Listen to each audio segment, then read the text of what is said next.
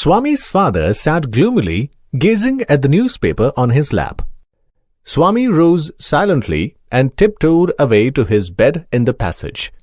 Granny was sitting up in her bed and remarked, "Boy, are you already feeling sleepy? Don't you want a story?" Swami made wild gesticulations to silence his granny, but that good lady saw nothing. So, Swami threw himself on his bed and pulled the blanket over his face. Granny said, "Don't cover your face. Are you really very sleepy?" Swami leant over and whispered, Please keep quiet, Granny. Don't talk to me, and don't let anyone call me even if the house is on fire. If I don't sleep at once, I shall perhaps die." He turned over, curled and snored under the blanket till he found his blanket pulled away. Presently father came and stood over him. "Swami, get up," he said.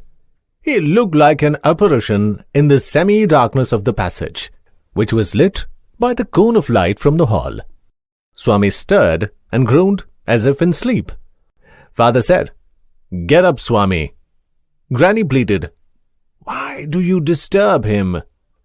"Get up, Swami," he said for the fourth time, and Swami got up. Father rolled up his bed, took it under his arm and said, "Come with me." Swami looked at his granny, hesitated for a moment, and followed his father into the office room. On the way, he threw a look of appeal at his mother, and she said, "Why do you take him to the office room? He can sleep in the hall, I think." "I don't think so," father said, and Swami slunk behind him with bowed head. "Let me sleep in the hall, father," Swami pleaded. "Your office room is very dusty, and there may be scorpions behind your law books." "There are no scorpions, little fellow. Sleep on the bench if you like." "Can I have a lamp burning in the room?" "No. You must learn not to be afraid of darkness. It is only a question of habit. You must cultivate good habits." "Will you at least leave the door open?" "All right. But promise you will not roll up your bed and go to your granny's side at night. If you do it, mind you, I will make you the laughing stock of your school." Swami felt cut off from humanity. He was pained and angry. He didn't like the strain of cruelty he saw in his father's nature. He hated the newspaper for printing the tiger's story. He wished that the tiger hadn't spared the boy, who didn't appear to be a boy after all, but a monster. As the night advanced and the silence in the house deepened, his heart beat faster. He remembered all the stories of devils and ghosts he had heard in all his life. How often had his chum Mani seen the devil in the banyan tree at his street end? And what about poor Munisami's father, who spat out blood because the devil near the river's edge slapped his cheek when he was returning home late one night? And so, on his thoughts continued. He was faint with fear. A ray of light from the street strayed in and cast shadows on the wall. Through the stillness, all kinds of noises reached his ears. The ticking of the clock, rustle of trees, snoring sounds, and some vague night insects humming. He covered himself so completely that he could hardly breathe. Every moment he expected the devils to come up to carry him away.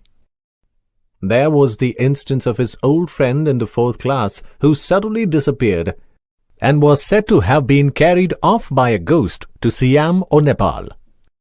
Swami hurriedly got up and spread his bed under the bench and crouched there.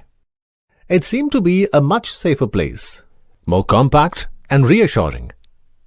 He shut his eyes tight and encased himself in the blanket once again, and unknown to himself fell asleep, and in sleep was racked with nightmares.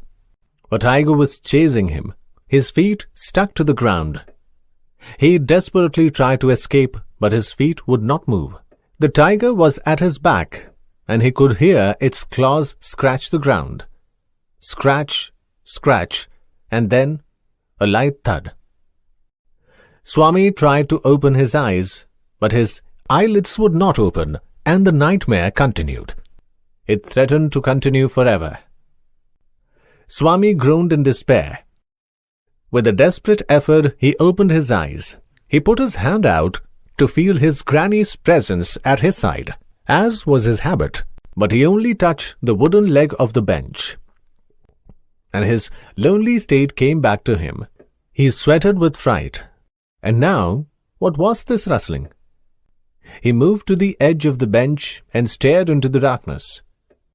Something was moving down. He lay gazing at it in horror. His end had come. He realized that the devil would presently pull him out and tear him. And so, why should he wait?